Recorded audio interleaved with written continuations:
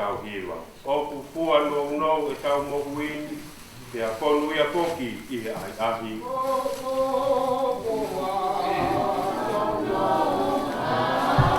Amen.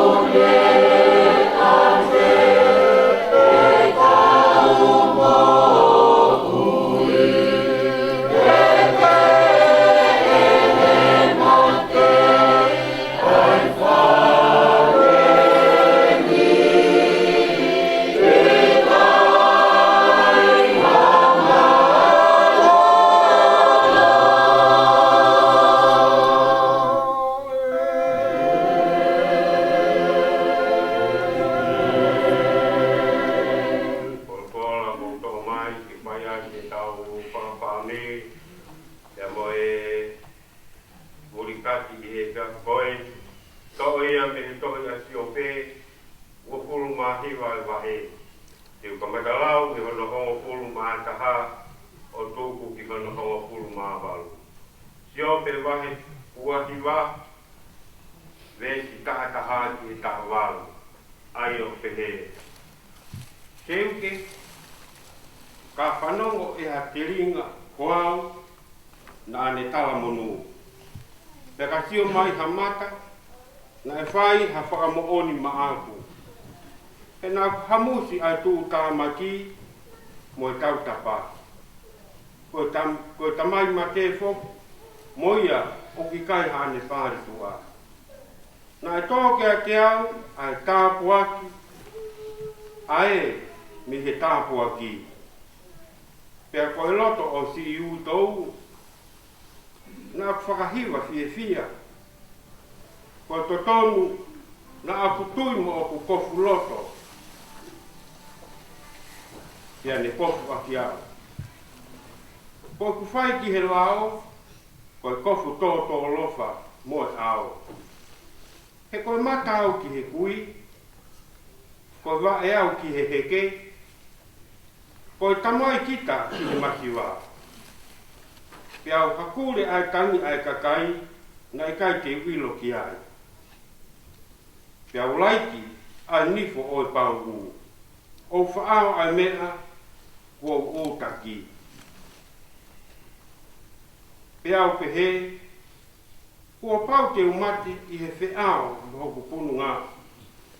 Te toki whakalahi tapu, hange koe whinihi. Koe ki tau ngata mian.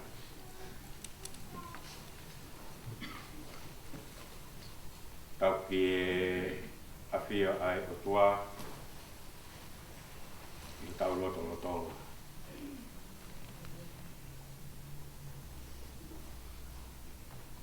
Tau ki e whahu, tau siko si o saia.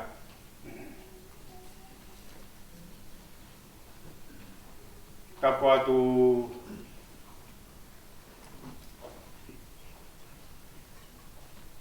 ma, tapu lau. Kau maa mua tunu, weki kau maa e kau mata pure. Tapu ki whakekau o e wahenga ngā we. Kau maa e kau whakekau, kau whata. Tapu ki e te tuata, kau maa e tiasi. Tapu ki e urumotua, ka umaa ai whāmiri nono kotoa. Tapu ki he pere tui ka lui mata a muri kati. Ui tau, ka maki whānau parea.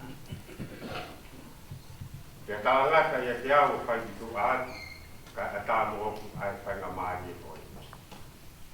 Whai ai, a wahe wahe, me ki polopola vai ako koe. A whiwhia, a kua whiwhia, ka kai koe kau, ko vi koe kukau, me poloa, vai ako koe. Koe ahoni koe o, koe ako pakae loto, ko vi, koe te au kukoso, o koka no to pare maka pui lau. Koka ki no to pare paikana, ka mai o whanau koe.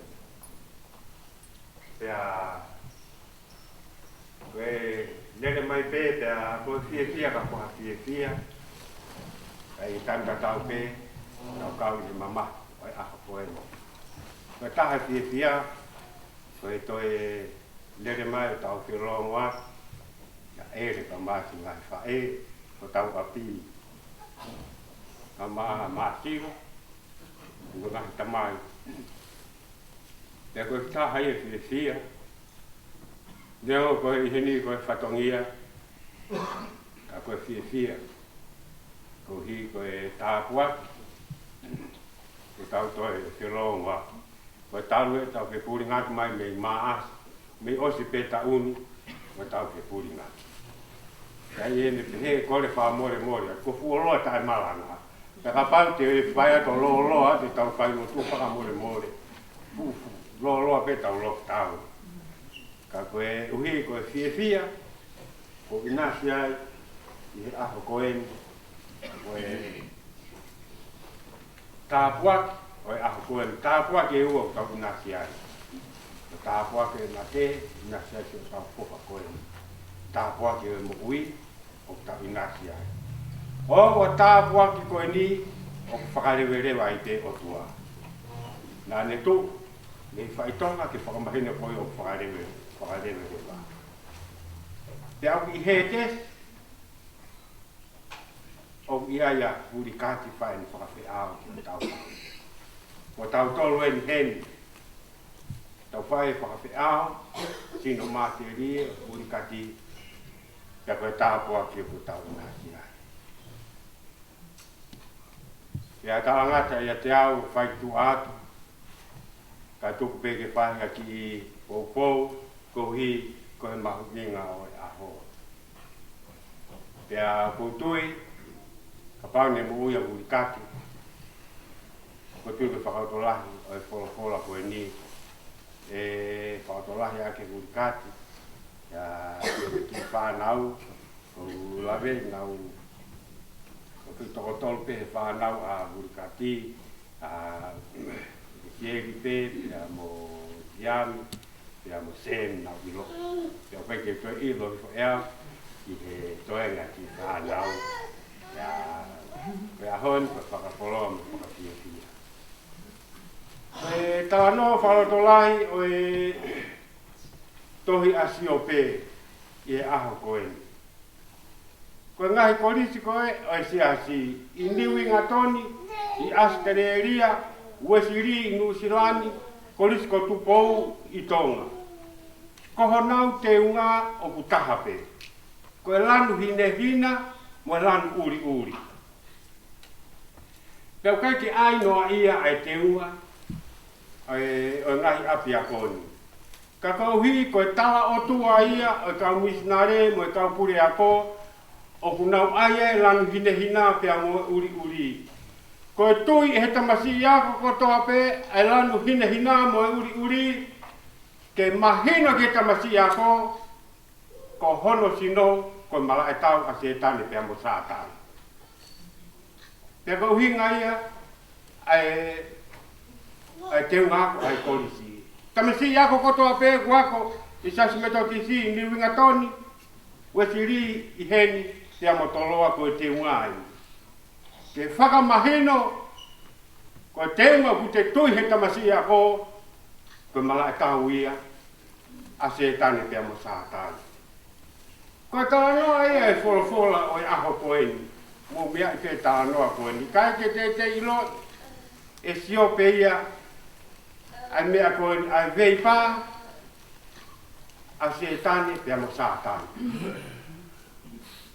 Pea, mo mea i pe tānoa, Urua ki, nai tā ia ke mahaki whakasino, hanga tā maki. Ka kono tānoa koe, o hanga tā maki nai iai, nai inasi ai asio pe, koe mea koe ne whakawhie maari he rau ai wholofola, o ne whahi ngesi nā ku whanga whakatapu.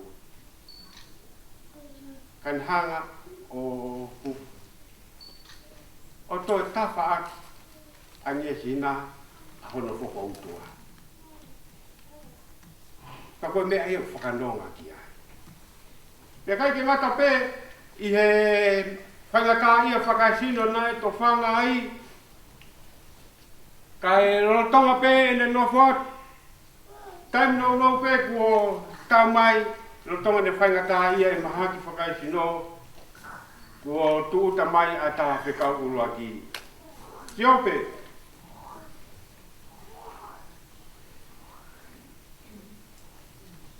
koe whangapulu e kua mate kātoa. Kai ke toi hataha, kai ke ngata pe, i e mate a whangapulu, toi tāo matei mua kau ngāwe, ko au toko taha pe, o kua kei toi mai. Kei no tonga koe whakamatala koe a toko taha ko ia, toi au mai mo sewa niti hono hoko. Siope, mate ko toa e whangasipi, toi tāo matei mua kau ngāwe hono ko toa, ko au toko taha pe, o ku hau mai.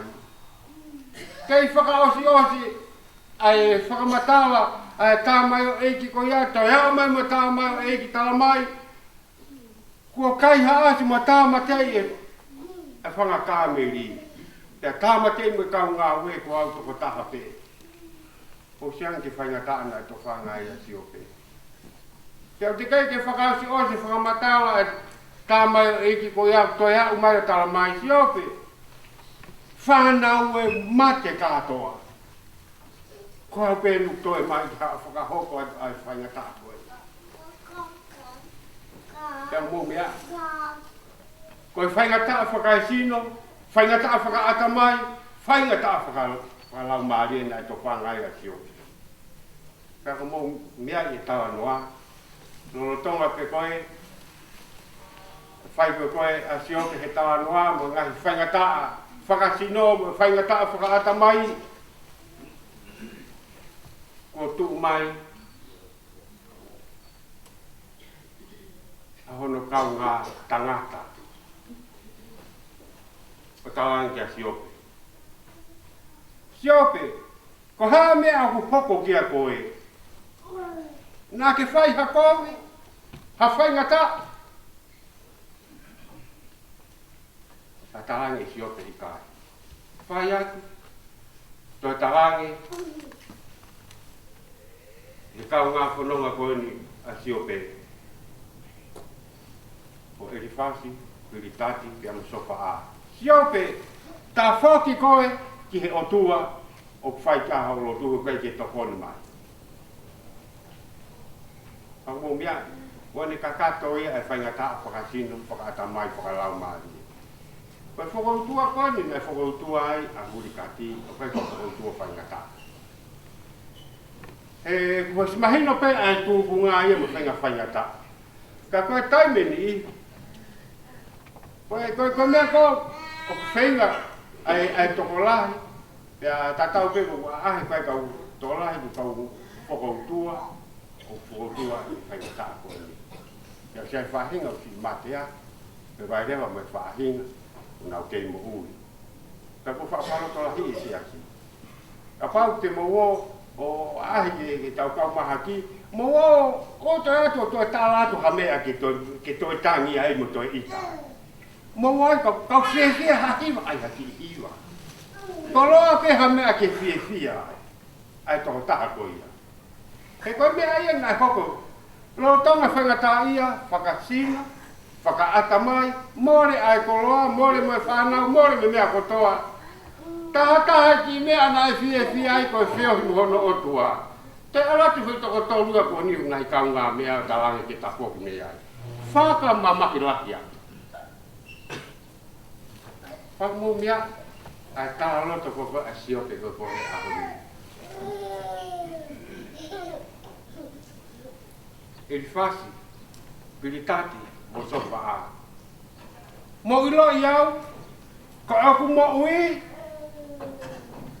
na aku hoko koe mata anga nau tōna e kui. Pa nau tōna nau keke, na aku vai ma keke nau tōna. Ko nau tōna e tamai ma te, ko aku whatongia e nei whai, pa koe whatongia whakatalu ia Siope. Ko ene ofa, ki kono kau ngā whanau. Ko whakarotolahi ko koe tāra noa e ahoni, koe tāra noa e ni o e pekia. Ko tui pe wha ita hau tau whanga ngahi hoa, tau ngahi o wha ngā, ki he mātua tangata o sias. Ka kouhi koe mauinga e koloa ko kola koe ni, koe me ta tau pe kua pe kua, koe haa kua me i kawa. Koe me i kawa he poni, toi me i kawa a poni poni, a kai ke tuku mai ha se ni. Koe tāno ai a Siope pe koe ahoni, ko hamea kia kopu si o tau ngahi o wha ngā. Koe hau atu pe ko tāla, koe nana toki hau pe na toki alor pe ko toki ko siku te asimai me motua. Ka koe tāla ia o e ahoni, ka koe tāla ia whai he pe kia. E koe ngā uen e whai he pe kia, koe mānau. Nau tōna nau whakapaia mai ki loto whare to koe māna ngāni, hau e pe kia koe. Nau hok koe mata ka nau tōna kei ki pono ngā. Na hoku koe vae ma te nau tolu. O kai ke lau walu e. Nau tolu tamai mate mo e fae mate. Na e fai he. Ai ofa he loto whare o to kai maa nanga. Ne kawe pe ki a koe ni. Ta koe whakaloto lahi a siope. Hio no kaunga tangata. Kai ke aha koe taha e o tua e na e whai maa. Ko ngā ue na e whai ko ofa ke kakai. Tamai mate, whae mate. Mo ki nau tolu ko toa pe. Te koe ahoni. Talangi e siope. E whai toko tolu kau ngā mea mamai. Mo sio mai. Ka pau te umate. Tuku ai pe ia. Kai ke aha ngā ue koe e o tua ku whai maa. Te ka pau te umate, tuku ai pehe ko sino ni ku pau pe au ke he nau pau tere fua te whoki tere fua pe. Kai malo ia i pe o tua. Ka perewa e si ope he nesi. Tuku pe ke u toki whakalahi tau, o hange koe whiniki. Koe talanoa ko koe ki he whiniki, whakapunake, i toki e talanoa ahoni, ka kono uhinga, koe tānoa ki he toi tuku. Koe manpuna pēni e taha. Koe tau si isi ka hanga tau ki wange au. Whai e peke he lau wafu. Ai mo oi, ai whiniki. Koe tānoa e whiniki o ngā honga pe ai whiniki ia. O pe he. Koe ngāwa koe ai whiniki mamani. Pea whai ate ne ngā ue. Pea kune ngoi ku holo hono iwi te mate. Pea ngawe rewa e vai ngai whinike nihi una wo kumi mai ngai akau kakala kotoa pe e whonua. Tānaki mai mo e whie kotoa pe kuala tānaki. Ka koe taimi ko koe ko mau mai ai whie mau mo ngai kakala kehe. Pea toki hanga he wheniki o tutu po tunga whie koe ni. Ko ne tutu ko ia, ka arhake rewa o heka hufanga he whakatapui o runga i funga whiwhie. O ka taimi koe, o hangai e he awhio tutu kotoa, ai sino koe koe whiniki. Pa ko ne tō koe e fuhe e kere kere, pe aku toki mo uiha ke ai whiniki fo o. Pa koe tā loto ia koe o whai e he whiniki i he aho koe. Tuku pēr ke whakalahi tāu hange koe whiniki. Ka koe aho nia. Whai ana ka mai ki whanau. Koe tāloto whai uri kātoanga mahe aho koe ni. Māro ke ho mōko whā. Ui tōu ka mai ki whanau. Tuku ke utoki alo whakalahi tāu hange koe whiniki. Koe tānoa e ke whanau fo ou. Koe tāno e. Pai whekau se tua tāka pe he si a si. Koe tāloto ia e ka mai koe. Tuku ke toki alu pe o whakalahi ta. Tangi e ke sui koe whiniki. Tāu e whanga fulu maonu hone e kumu ui. Tāu e ni. O kuwiwi ia ia e tangata. Ko ikuna e whainga taa ia koe ni. Ka ko loto ke siati ke whakamahino. Ko tui ai mo tuani, kai ke te kaumai o tuai e ko hea, ai whaahinga mai te tau maki ai. Pe koe lau mahina, pe koe tau e nima, pe koe tau e whango fulu maono, he koe tau, ai tā mai o eiki koe ni, tau e whango fulu maono whakawhetai. O kei koe mea mahunga ko ha ai whahinga mati ke tau mati a. Koe mea mahunga a toko taha o kutui mo whalala ki he eiki. Koe whaasue tia ki he wani. Lava sisiu. Koe koe toi tuu pia moi mo ui. Tohi a siwani. Koe mo ui mo toi tuu. Ilonga ati nau tolo o kutui neo ko nau mati nau mohepe. Whaasue tia koe tui pe. to ta malanga ni to ta atui to ko sin fai ngata ia to fanga burkati o te ala burkati fie mari e a to ta mai e anga whakamata po ria burkati ula va de nai pe dogulavi te akui he kai te ha o fai nga wen o tau si ati e ke sia pe to kai mana ko i whanau ia akati na ke ia ha ne pe tu kanu mata ia na ia o hono o whaanga ko fu pe tu kanu mata he ko kati pe alo ngawe pa ko kati pe ha o fei haka ko kati pe ha o fo ko kati pe ia e to tama whaka pere ite a ila mu ne ke no to ke fai ka mea ko na tu lai e ta mai o e ki ko o tu e to ki ngo e fai ka e ngo e ta mai e ko na ne wa ne fai ka ta ko e al fai nga we po mahal pe ka ta we ne u ko ta ko si ko le de mai ma ki fai ka wa pa mo ka o pe ke fe o pe ta mai ka e fai ka o sai pe o holo tama o si no o beatu toki fa ko pu ya ira mo tu ke ano ala to kanga ki kai ka ku ma pe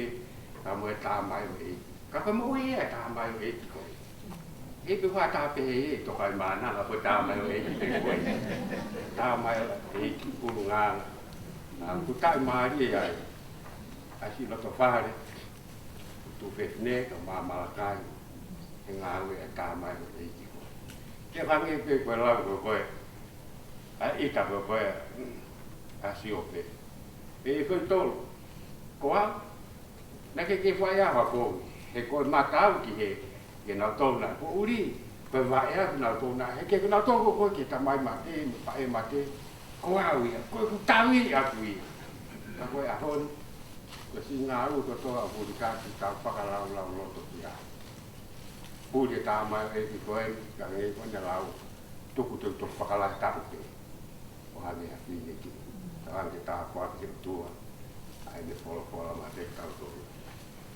pola ke tau to hiwa i ano ni mangeau tolu mo fu o pola ni ma tau noa ke tau hiwa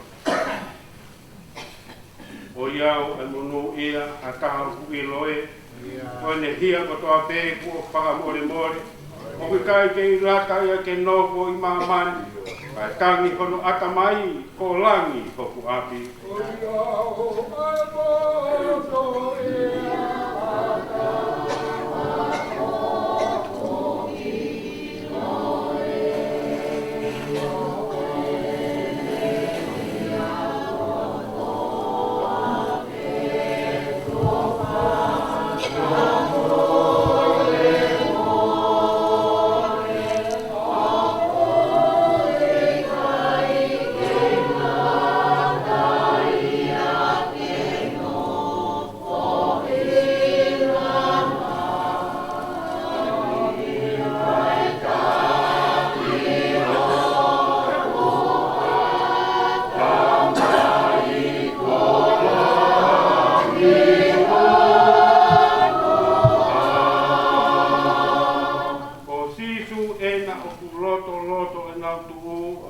vai whakataha pe e ne tauhi i kai kei fufu e a ware honau loto e ne mari mai honau ha aki furi pe ha haleluia lahi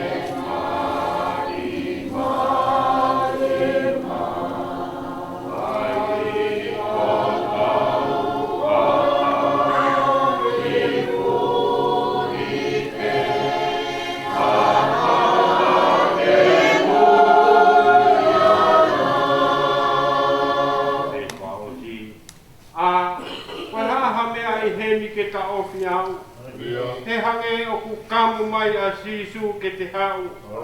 O kau ange lona o ku nau ta alo mai. Tuku hau mau puke au. Ke u alo pe ki langi.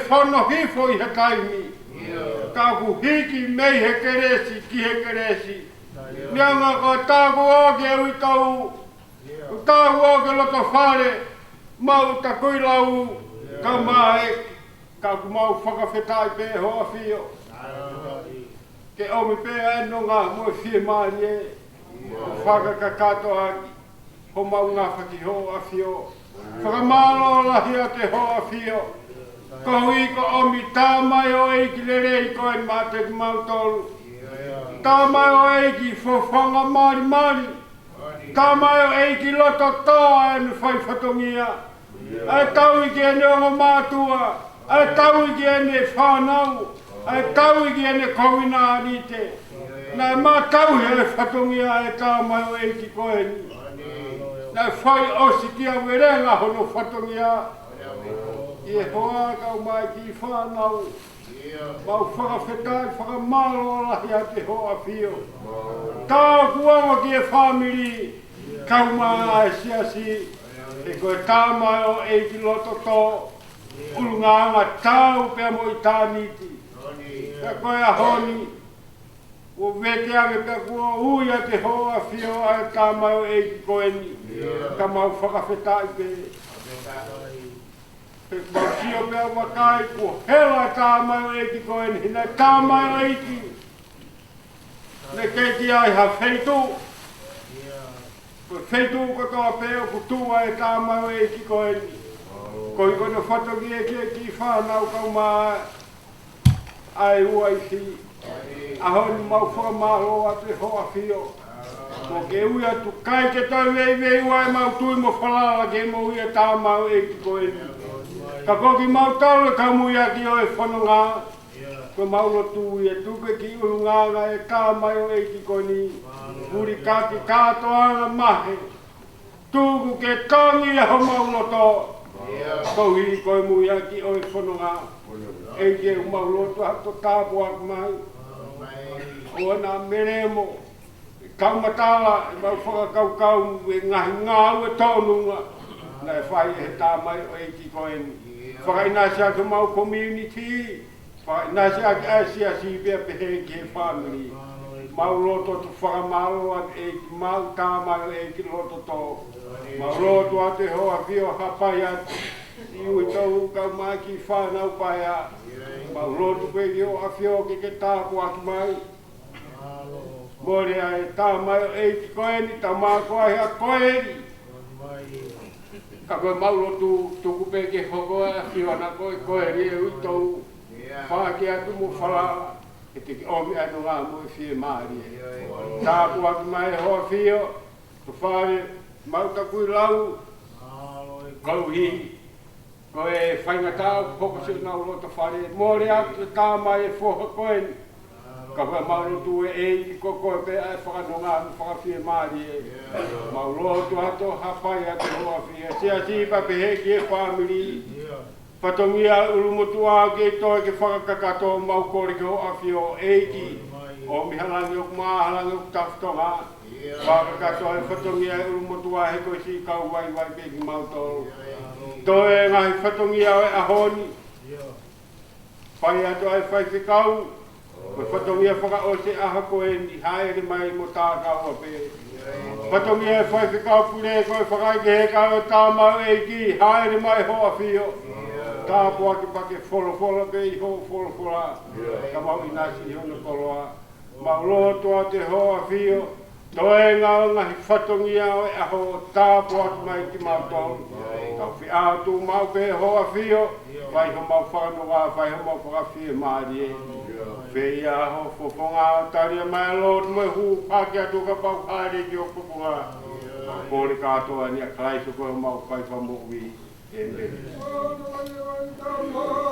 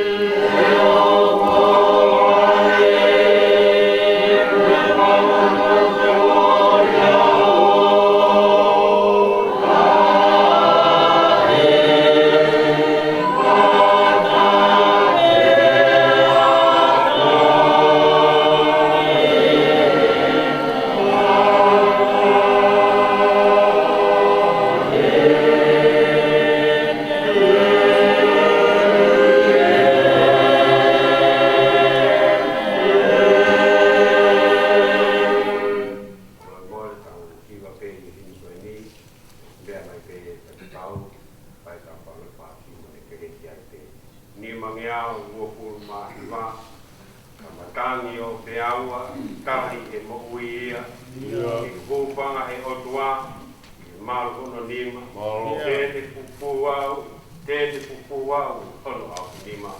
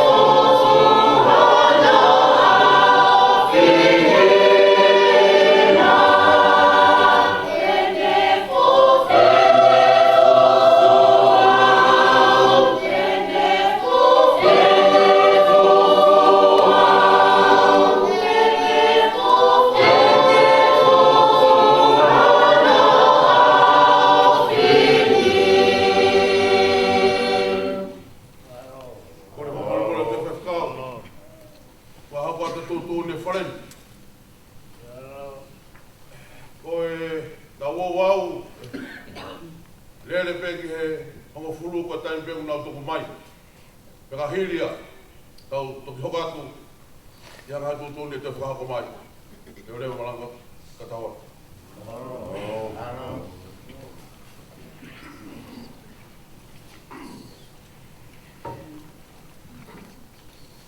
Tapoe apio ai o tua.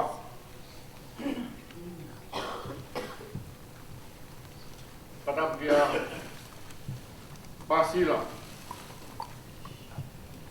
Muhammad Apure. Tap ki he whekau pure. Renga ngawe. Ona paia. Ai mai o whekau. Tap ki se tuata. Tap ki whahu me ulumotua. Tap ki he uitou. Me whanau. Tap ki he o matua. Te me whamiri. Kaya tā ke te au ke whakau atu ko mau. Ponga he te whini. Masila. Ko wihene a mongi e loto. Ta kukumau tō rendi.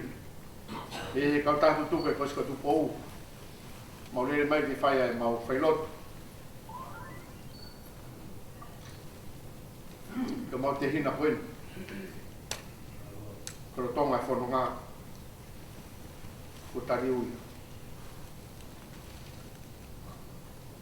Pamore more atu. Kai au ka rofua. Ke whai hatau lua. Malo. Ni mange au, ki wanga furu maa ono i mi. Ni mahi wao no. Si so wa whai tau lalo e si o kau piriki mi heni. O mau kāpte ni koe, he kūmea e whanu hole lei. Tā whi mai au nofu mau. Kai oua pe ki whakaau.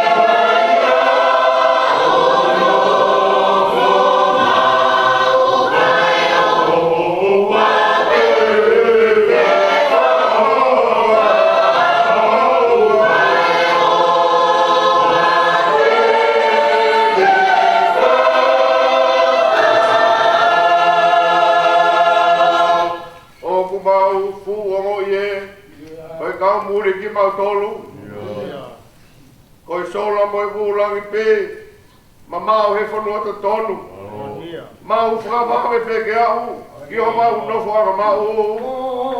Oh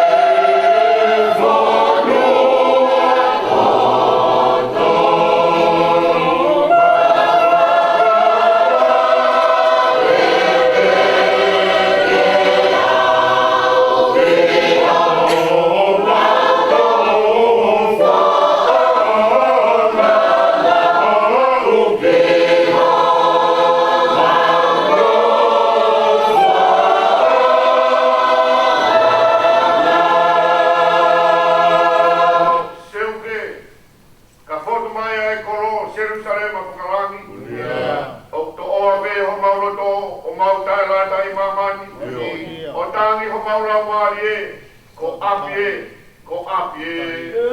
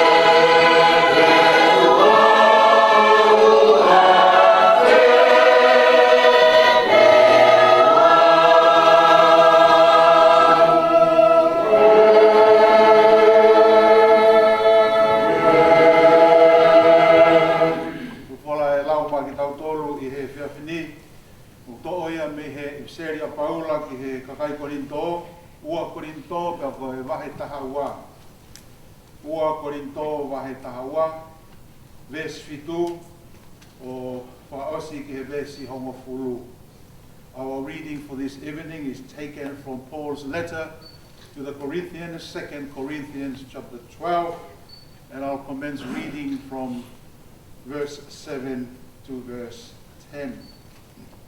This reading is about Paul's experience of a terrible sickness and his journey with the sickness. And I want to read to you God's answer for 3 times when Paul asked God to remove the sickness. But then God responded in a way that Paul did not expect, but a way that was so healing that brought answers to his ordeal and his journey.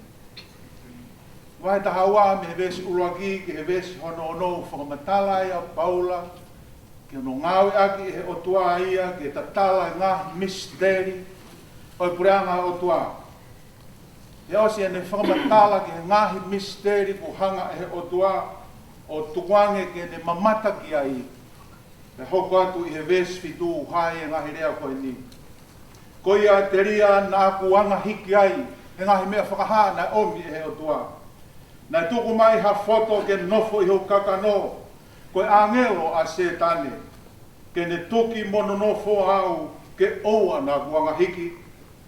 Na tua tolu e ku kore ki he eiki i he toko taha ko ia, ke ne hiki mea te au. Te ko ne fola mai, oku fulahi e ku keresi ki ho o mea, he o ko toki hā hono i vi ko toa, he tuu i he vai. Te kā ko ia pia tāteu whiri mua ke whai e ku pore vai ni. Oi kai pore he ne lava mea me ngahi misteri na te tala ki ai. Ka te whai e ku pore vai ni ko hui ke hifo mai ai hivi o kalaisi. O whakotuu hono tāpane ka re ia te au. Hono hinga ia ko hoho i ai. I hoku ngahi vai anga. I he whaa pāusia, i he whaa whaingata ia, i he whaa whakatangai, i he whaa eftua. Ko hui ko hai, ko hui ko kalaisi. He kauka vai, ko e kutoki mālohi e. I ka weinga o pāmu ke whai atu kou, i he whiaf koeni o kupeheni, o ku kei hulu anoa i kres ai otua i he tau ngahi mea. O ku kei hulu anoa ai kres ai otua i he tau ngahi mea. And that is taken from God's response to the Apostle Paul in his experience and struggle and journey with this sickness, that God responded to Paul and said, "My grace is sufficient for your weakness." And then God opened the eyes of the apostle to understand that God's love far outweighs whatever experience that we have. Then you can ask me, how? How can you prove that God's love far outweighs our experience, terrible experiences in this world? It is Jesus Christ. He died on the cross on Calvary to take away our sins and to set us free. Nea tangata ha moa he kainga lotu ko tauhi. Te koe tala lotu ane a tangata eiki na e awe ia ki whare mahaki. Pea langa hono sino pea uhu. Pea lotonga e langa e ne uhu ku ne lotu mo kore ke o tua kai pe holo ai langa ia. Pe whai pe ane whakahanu ki he o tua pe he eiki. Pe he e au ia o talamai ka mau ka lotu e tari e mau lotu. A mea kai ke to'o ai e langa mea te au. Whakafuk wha pe ko hoata ke ata mai e tangata eiki whitunga fulu tupu ko ni ai tau a sisu he kolosi i kāre ware. Te hange bea ko ne o i ko whola mai o tua kia te ia. Te ki au ho o mamahi au ki he mamahi ho alo i he funga kolosi.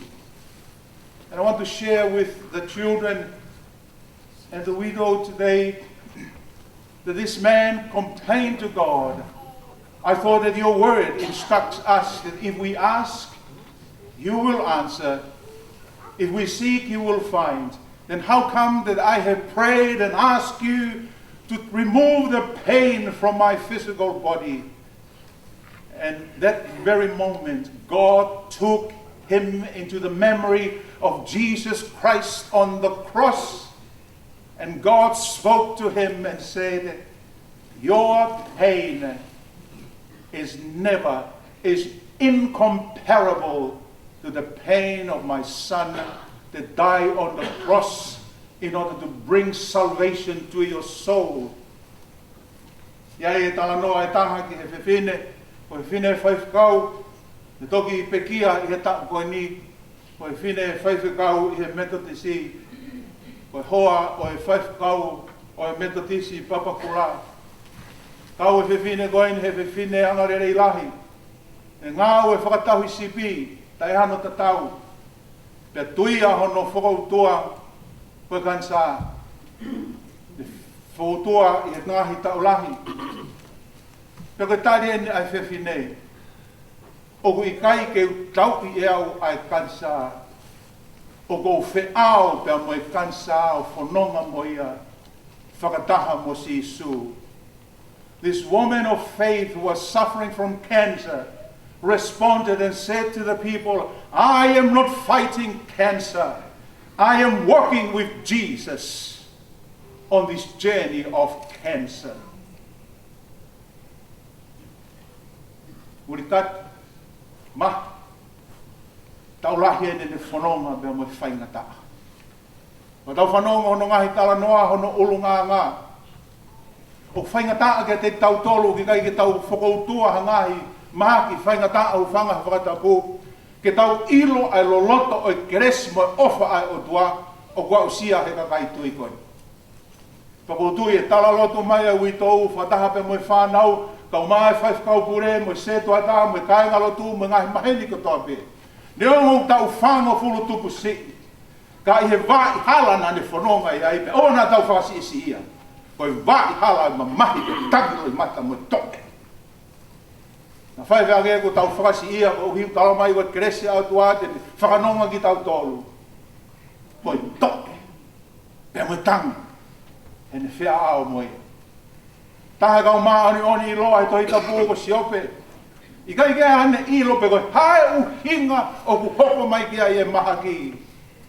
Ko siopa peo kune i loa. E unu mai alo ngahi kau ngā mea o talange. Siope, ke ilo mea uke puke ai, ko ho mala ia ia o ou. O kuke whai anga hala ki he o tua. Talange nuai fi, si aki koe he o tua. Hano au ngai o tua pe gau koe ke whai ngata, more ho whanau, more koloa, more ai mea ko tope. Tari nai whai si o pe, te tau tari koe ne rei, kai ke tau tari mo kovi. Pea viviri pea si o pe ki he mea koe ni, koe o tua beo ku ne ilo ai mea kou whekoki mo ia. Pe te utatari pe ke o tua, kai oua ko ne whakamataa ki te au hae uhinga o mai ai e mahaki koe ni kia te ia. Maari e tala noa e tohi a sio pe. E au ke whakaosi osi e wahe. Na i kai hau e o tua ia o tari e whehu i ko a sio pe. Moe ne whiwhiri. Na i haere mai e o tua o ne toki folahi hono nau. Pea mohono whaka ofa. Pea i he mamata ki ai a sio pe. Pea beherewa e sio pe. Kou fungutu he kou rea pea kou ilo. E kou tae poto. He ne mamata ki mafi. Pea mo i ngei a o tua. Au sia ta tau ena whai apostolo. Whai whangea ne hanga ilo. Hei kai aha mea ia tene hanga o i kuna i lahi ai ofa e o tua ka te tau tolu. Ipseria Paolo ka kailo ma. Ea e tala lota apostolo. Hei kai aha mea e taha ke ne lava ke whamawai ki tau tolu pia me ofa a kalaisi. Whai ka taha ke tau mahi no. Ai anga nā nunga i whanonga o tau ia i hange ko ia. Ne si whanonga ia e vurikati. Whai ka taha ke tau mahi no.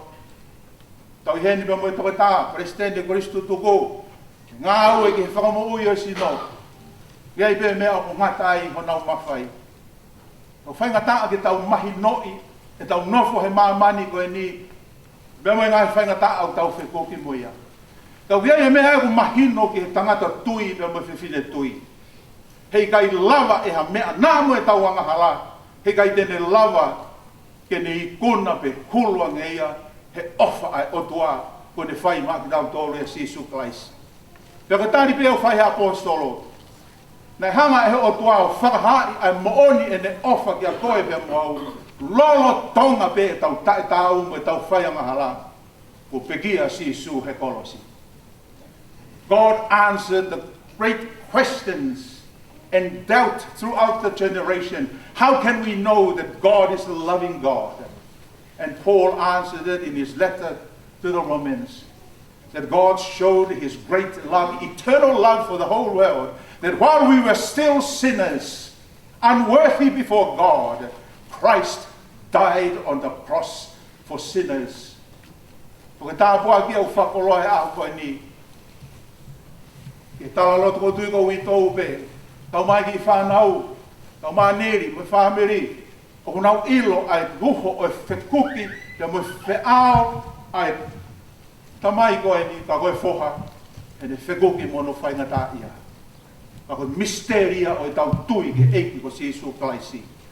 Tala no whai e Sione West le. Mea mahu inga ia he whanonga o tau whai. Ke tau whakapapauti o ke tau whakamooni me loto.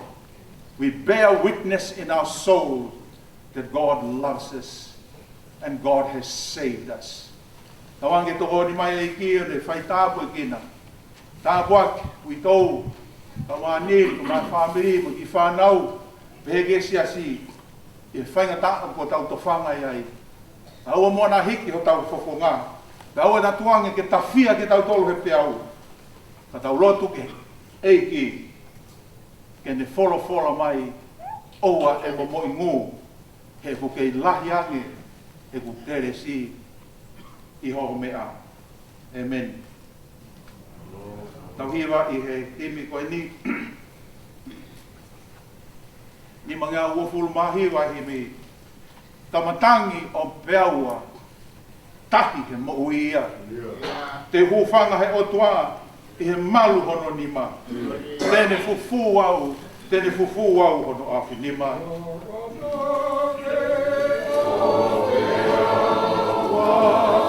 Yeah.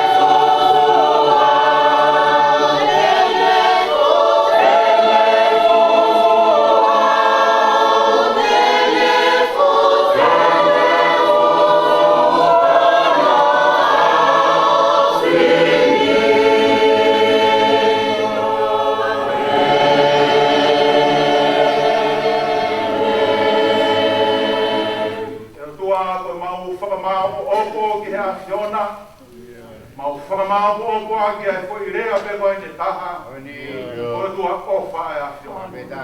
E nai ofa pe a tuangi mamani, koe na le whaki e ne mea pe taha. Ko hono alo. I po mai au pe kia, koe e tui big tai ke tea. O au pito na auha. Ane maku e maku i tae ngata. Nai kai i te ke whiri ke hoko mai, ko haperinis. E te ke whiri ke hau koe angelo. Nā ke whiri ho mau kakano vai, ke hoko mai ai. Ange koe au mau teu ke mau whakamanatu. Mōni e tāla apostolo, whai ange ko iloa ia te koe. Ai kakano ke moina tūla e whahinga i tangata. Te toki oho fia mo āta kai koe te boro. Nau mai ngahi, yanga hala mamati. Nānai kai te nau lava i kuna ai a Fiona. Vai pia whakakaukau e whiri. Kaha mea mea ke i kuna ke a Fiona. Koe tutuki koe he kolosi. Mōni ke mamao ha tō mea i hare a whehia. Mea pena e tō mea whoponga. Ta mai whakamore ki nau tōlu. He kui kai ki nau ilo e ngahi mea ku nau whai. Hoko hope ki a o tua koe whakamoni mata ke te mau tōlu. Koe o tua na mau lau koe o tua taumama o. O tua koe a koe ne hiki mai mohono tāpani ka re. Fotu i o mau loto ngā. Mōni e tala loto apostolo ko Paula. I he mau tui mo whalala ke a Fiona. O kuke hiki fua mai i ho lau maari e maoni oni. O whakatu ho tāpani ka re i ho mau ngai sino vai vaini. Te neo ngone whei o vare ko huiwa ngahi mahaki. Kai lava mōne e tala loto e folfola. He kai lava he mate, he kai lava he mahaki. Nā moe mate, he kai tene lava ke whamama e ki mau tolu. He ko pipiki a ofa kalaisi. I he uho ai mau mo'i. He kai lava he mea ai mau mani ke te whamama e ki mau tolu. Aho koe ni, ko whamoni mai ai a Fiona. He kai lava he mahaki. Nai si whekoki pe moe whoha koe ni. Hei kai tene lava ke whakaloto si e ne tui. Nāne whalala ki a Fiona. Nāne au sia e whainga kresi. Koe kresi o ku hulu atu he mea au mau ala mahi noi. Koe kresi o ku tuu he aho e vai. Kama whamoni au tua o mau lotu ki ai. O mau toki ilo e mooni ho o wha. He tuu he aho o e vai. O mau toki ilo e mahino ku ofi ai o tua. Te ki kai pehe ia, ko ene toki ofi pehe aho whainga taa. Nāke ofi kia te mau tolu pehe manawa mau ngai whae. Tala mai e sāme te au tolu hiwa. Nāke whai holo tāwhaka ingo ki mau tolu. He manawa mau ngai whae. Nā iai ho lau maari e. Nāke he lau maari e manawa whae a murikati. O ke tāwhaka ingo. Te nāke a whio iai e aho peheni. Aho ko ia e whikuki mai ngai whainga taa. Ako pehe ai au tua he ofi ai whikuki e ngai whainga taa mau to whanga iai. Te moi whainga taa ho alona e tautaa. E ngou e ke semani. Ai ke kalam tala te veloa ke tau. Te tautau he a kau. Ai mamahi ko ia moni lau. Ai palofita vai sea. Ko ngai whaito o eiki sisu. Ko ngai taa ko mau whaito o ia. Ka neo ngau tua mau whakataha mai ka whakataha mamahi. Ka mau ilo ke ni holau maari e. O ku ke whakatau maringi a lolo whai whakamooi o hewa ni. Ke inasi ai si ui tou kau mai ki whanau paia. Ke inasi ai niri kau mai tohenga whanau pe mui whamiri. Ke inasi ai whaifkau pure kau maa siasa tokai mananga. Mga i whamiri o whakotope. Kau maa ki mau tole Kristu tuku ko mau lava mai. Ke whakailonga e mau kau ngā tō whataha. Ya mau urikati musi ono whamiri. I e wheao wheumo ngataha aki. Te kore ke ha Fiona hono ngā pe mō keresi. Tā puaki mai au tua pe ke whakatau maringi mai ai keresi ai a Fiona. Ai keresi kau ku hiri o mama o he tatai ata mai ko toa pe. Tūku ke tafu mai e keresi ko ia. O ke whai e whakamo ui. Si whamiri. E tūke maulawenga monu ko toa pe ai. Whakao mo eike maulotu. Wafa Sisu Christ ko mau eiki. Amen.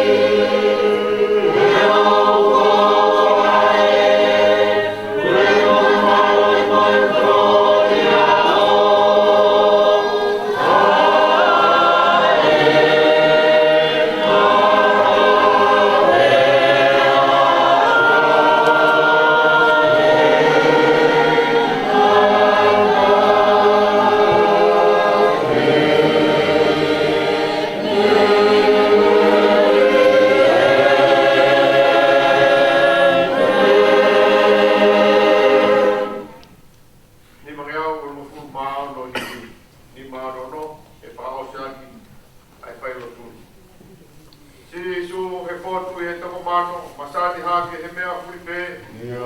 O ngō tūmu hoa pe I tau lalo, si o maanga, o kulau marie.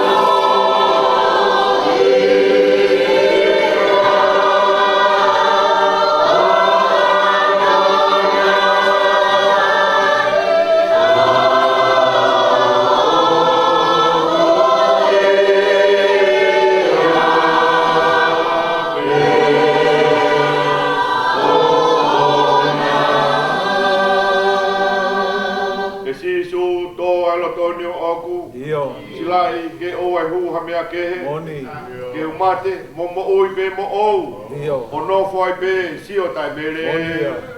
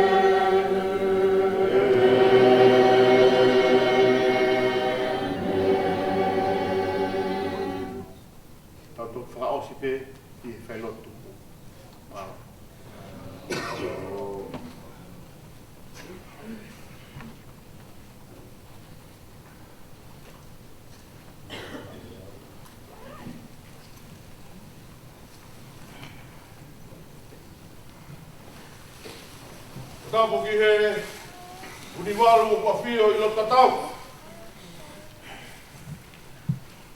O tapo ki he kakai whakau pure mo hatau ai. O tapo ke whahu. Tapo ki he pekia.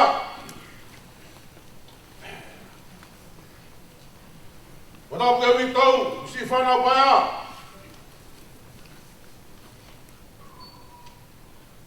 Tapo ki he kau palis kunduk. O urkati. Tapo ki he family. O tapo mo i he marumaro e whare koini. Ma pehe ke sala. Boimu langi. O tau whawheau he whia koini.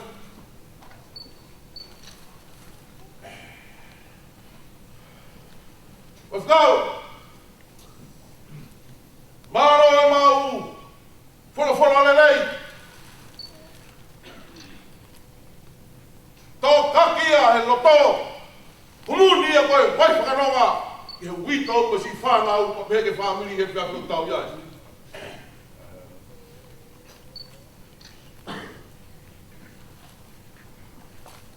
Whara more atu. Whamaro la ke whamiri, mai usana, papasana, mai mulangi, na mo mea mai ka whini. Koe piki hama, ka vai manawa, hai whiako tau iai. Uhinga, koe tamai, me koe takaua.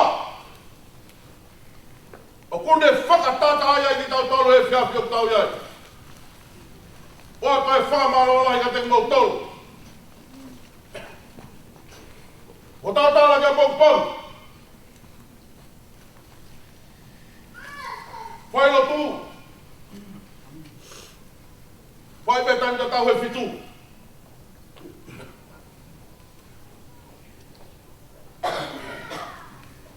Ia kahiri ani whawiri, me ka hainga.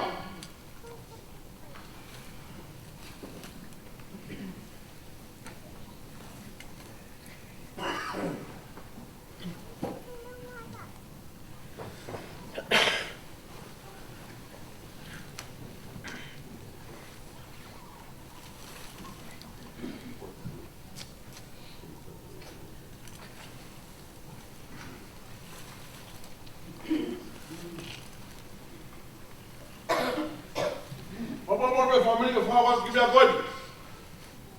Não lá e beta o timing, a rua tua vou viva. E me rema temo tartari. Ai fai lo tu, fa muito.